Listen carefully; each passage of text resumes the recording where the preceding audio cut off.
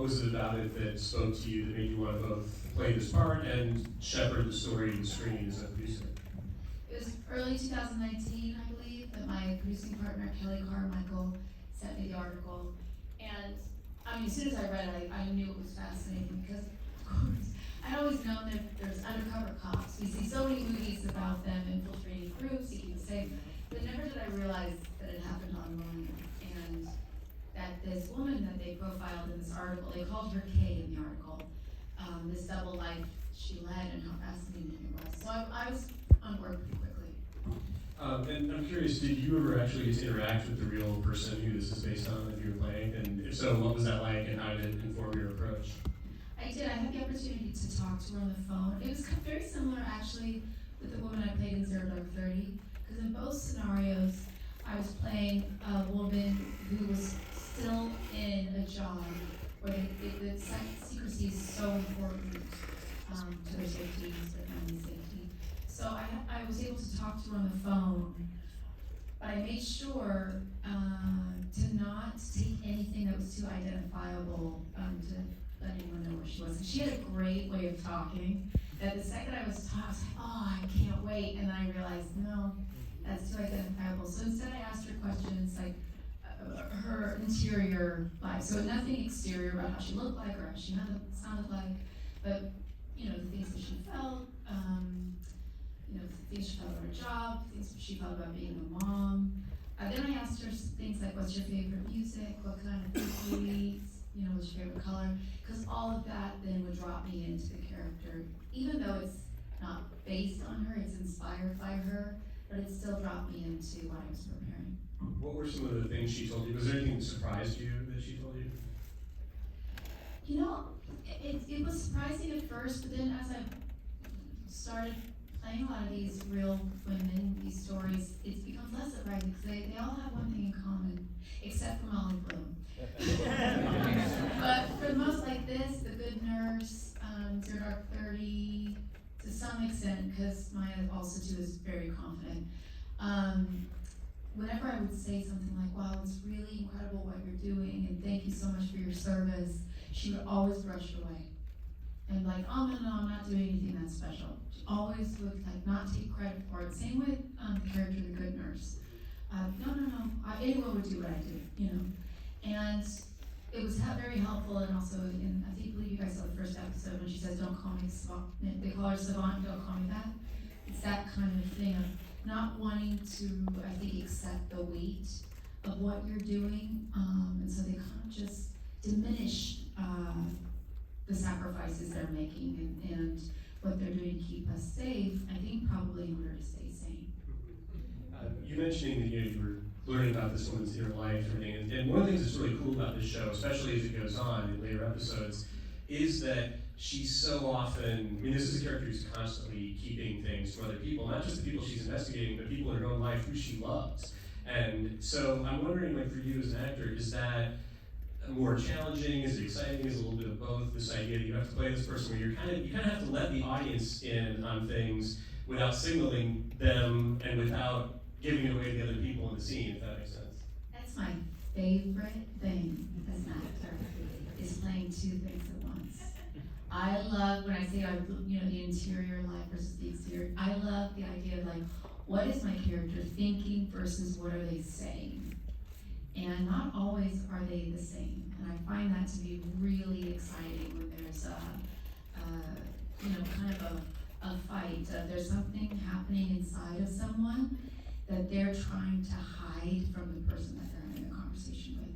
So it's really my favorite thing to do as an actor. Isabelle Huppert does it better than anyone else in the entire world. And I think that's what makes really complex, layered characters, is you have to work on both things. What am I struggling with personally versus what do I want the world to see or the people to see that I'm having a conversation with around me. And I had to create those things for Jodie.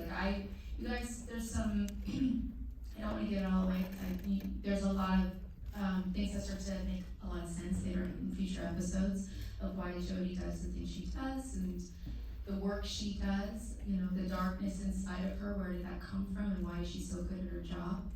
and I had to make that as real as possible for me, and then hide it from everyone I'm interacting with up there. Well, and not to give anything away, but part of what we learned about her in later episodes is this kind of military background she has, and that's a whole other interesting component of the story, is this kind of like what it has to say about like women in the military and everything. And I'm curious for you, what kind of research you did in that regard, and like who you talked to, and if there was any kind of training you had to go through the scenes that are actually depicting that stuff. Well, I'm from a military family. My dad served in the Marines. My brother's serving right now in the Army. And so for most of my life, I've been around people in the military. And so that I understood quite well. Again, I don't want to give too much away. There's another aspect of her being in the military, not just being female, but there's some violence that she witnesses, and you know that's you research through articles, and you can find things online with people who have PTSD and how they process that kind of trauma. And going back to the idea about how I'd like to play two things at once, something else that's cool about this show as it goes along is the show is kind of two things at once. It's like this, it's entertainment, it's a procedural, it's a thriller, but it's also kind of this cultural, social commentary that's running through the whole thing. And as a producer, what were your kind of guiding principles in terms of like how you wanted to balance those two things? That's exactly what I want to do with everything I make. I want it to be really engaging, entertaining. Sorry, that's not the first. I want it to be entertaining. That's the number one thing. If you're telling a story, you have to entertain people. It's show business for a reason, And then the second part is I want to engage people. So this idea of I want them to kind of sit forward, ask questions about what's happening in the world, how are they navigating through the world, how are they navigating through society, kind of wake people up a little bit. So I love anything that provides a great story, but then also, my work is a political act in some sense, and so everything I do, I want to confront and be provocative and create, probably everyone's too young for this now, but a water cooler moment. I don't know if you remember that. So many people have no idea what I'm talking about when I say that. I want the conversation to happen after they've walked away from the film or the television show. Well, and going back to the initial conversations, so you read this article, and what are the initial steps in turning into a series? Like, how do you choose the showrunner, and what kinds of conversations are you having with her about how you both see the show? Well, Melissa was already attached ahead of time, which is amazing. She's such a great playwright and writer, and she's amazing. And this was a long process. It's such an example of how you kind of have to spin many plates at once and see which one you can land, or fly many planes and land one at a time. Because if we started in the beginning of 2019, you think of all the things that have happened since then. We had a pandemic, we had strikes. I can't believe we got this show made. We were about to shoot and we had the writer's strike, and we had the actor's strike. It was quite intense, but Apple stayed with us. So yeah, I was there through all of it. It was very important, and especially after talking to the woman that this was based on, or inspired by. This is not her story. A lot of, most, if not all of Jodie's backstory is completely fictionalized. But what it is inspired by is this woman who has a very similar family and does this kind of work to keep us safe. But everything else was a mix of fiction with that kind of job. Well, as the show progresses, it becomes, your character is the focal point, but it's also kind of a great ensemble show. And one of the things I really liked about the ensemble is it is a show where there's definitely villains, but you do get a sense of people's humanity and their reasoning, at least, behind why they do the things they do. And some of that's obviously in the writing, but I think a lot of it's in the casting. You've got a great cast here, and I know some of them are people who I've seen in other movies with you or TV shows or things like that. So that leads me to believe that you're pretty involved in the casting process. Talk a little bit about putting together this ensemble around you. Well, I first and foremost, I'm an audience member. I see as much as I can. I see all the movies, I see all the television shows. I'm obsessed with this medium. So I am a fangirl when it comes to certain actors and certain like incredible character actors. So it's a really, I see someone in a play or whatever, I like will go backstage and say, we've got to find a way to work together, and then, eventually we find a moment. I mean, this cast is so great. Dagmara is so talented. We have Pablo and James Batchdale, and it's just goes. David Wilson Barnes, who we've worked together 3 times. You're about to see him in Miss Sloane. He plays. Oh, is he in episode 1? I don't think he's in episode 1 in Savant. Well, he's going to show up in the Savant. And he's really good. He plays something completely different. But yeah, no, I guess I started as a fangirl, and also there's some trust. Like Namdi, who plays Charlie, he and I did The Good Nurse together. So there's something too about, there's so many talented people in this world doing so many things. I don't want to work with someone who's a jerk. So if someone's a great actor and they're an amazing person, I'm really excited to see them on set again. Well, and on set, what kind of responsibility do you feel? You're both, something like this, you're an executive producer and you're number 1 on the call sheet. So what kind of responsibility do you feel for the environment on set for everybody? And what kind of environment do you like to create that you think facilitates everybody's best work? It's interesting because when I'm not producing, I was saying to Kelly, like after we did the Swan, I went and did something, and I said, it was so much easier to not think about the schedule and just to show up as an actor and kind of be like, sorry guys, that's your problem. But with this, I mean, very early on in my career, actually my first film, I got to work with Al Pacino. And I mean, little name drop. And he said something to me that is so true. When acting, it has to be real. So you just have to figure out like how to make it real. So you have to take anything that you're feeling and accept that it's what the character's feeling. So a lot of the stress of what I was feeling and producing the show, like, oh, we're not gonna make our day, or oh, like, how am I gonna get these kids to sit in their chairs? How am I gonna get Tucson to sit in his chair so we can finish the scene? All of that kind of went into the stress of motherhood, I think you would say. So I became quite maternal on the set, but not maternal in a tree of life kind of way. Maternal in like an executive producer kind of way. Jody has stuff she's gotta get done. And so I was able to take what was real and what was happening and funnel it to make it so real for the character. And actually, and make it so it fit for the character. Well, and how did you find the actors who played your kids, and what was it like working with them? Well, I was very happy because I showed up, they all auditioned, and then I said, I really want to read with the kids because I love working with kids, and I get quite sad sometimes working with kids who are trained actors, because I want to be on set with kids who are allowed to be kids. So we showed up on, I went to the callback rehearsal or audition, and there was probably, I don't know, maybe 20 kids there, maybe 10 boys and 10 girls, and we mixed and matched them together first to see how they were. And then Tucson and Trinity read together, and they were like siblings immediately, even though they had never met.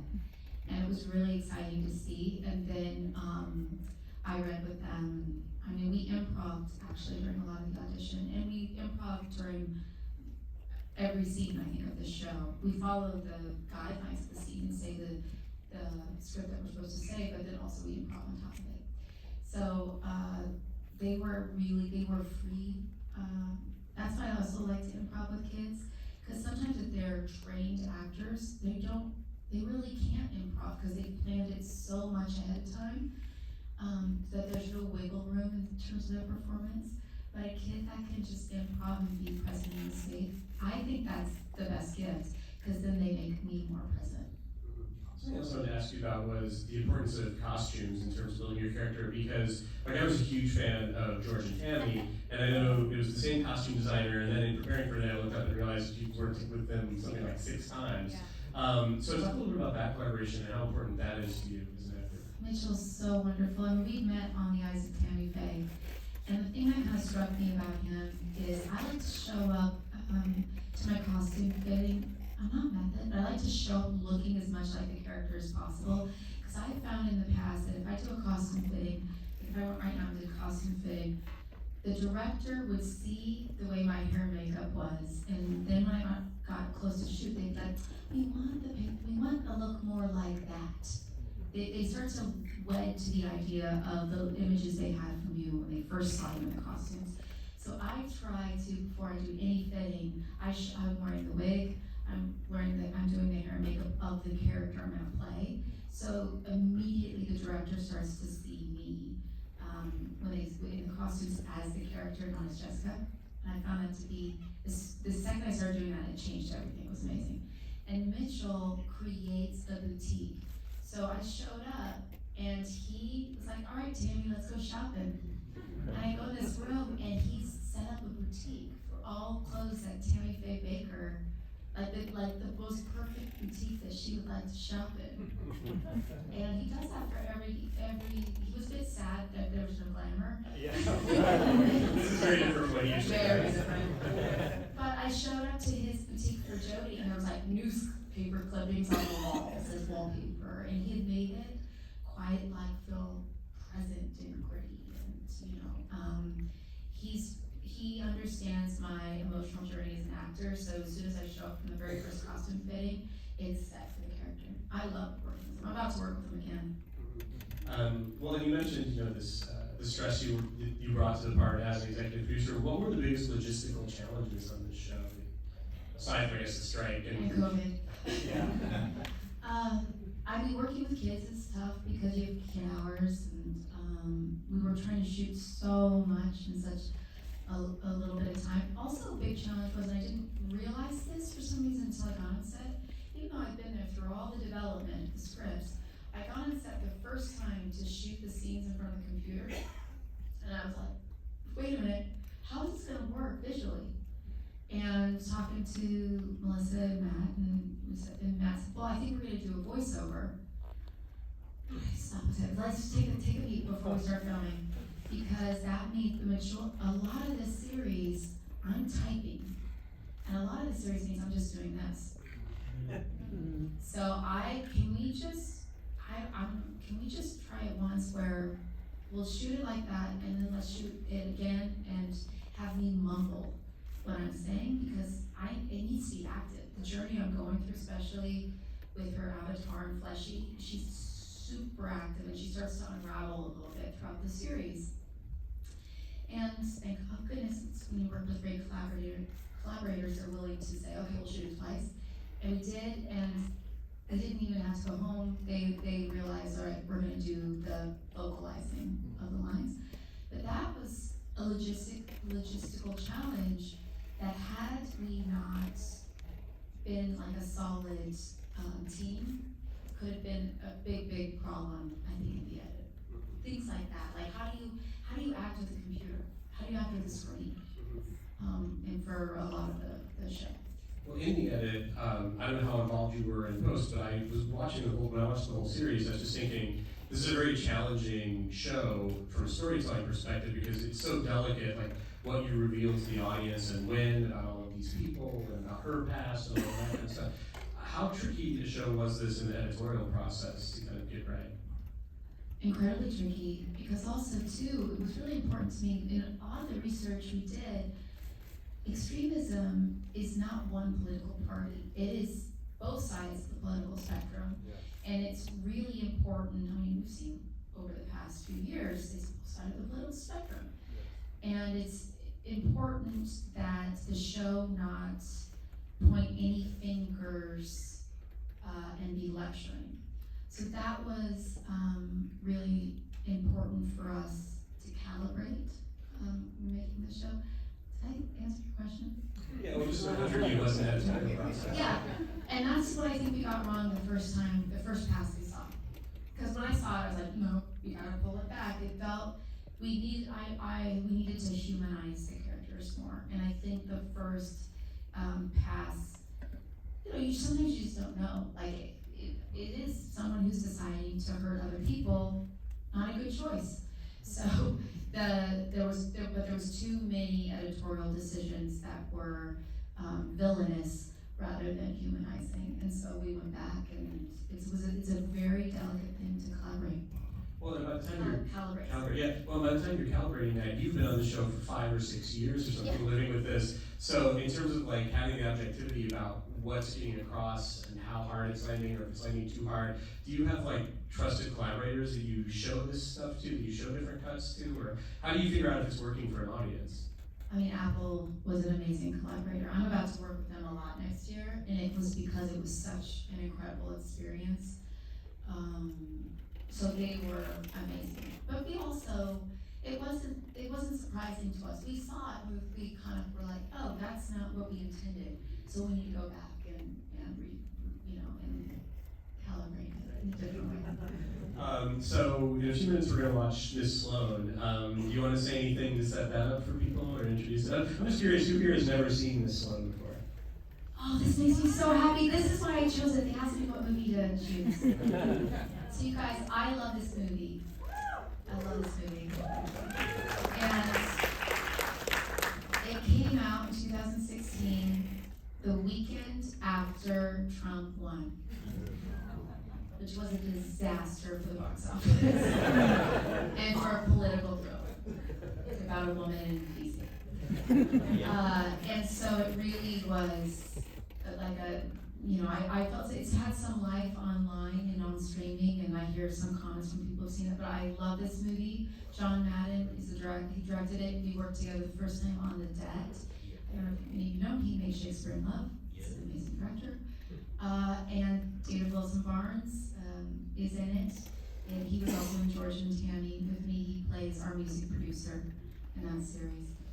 So yeah, it's about gun regulation, and in DC, and it's also about a lobbyist, which I got to go to DC and Capitol Hill and work with a lobbyist, Heather Podesta, I think was her name, who I shadowed for a long time, and learn all about the world of DC lobbying, which is fascinating.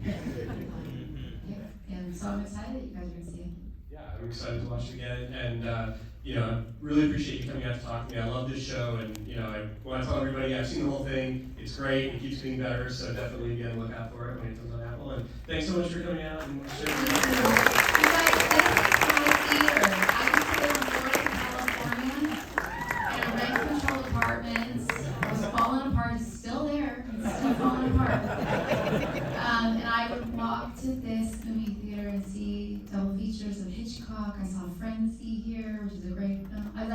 This is my theater. So I'm so happy to be here. Thank you for coming out.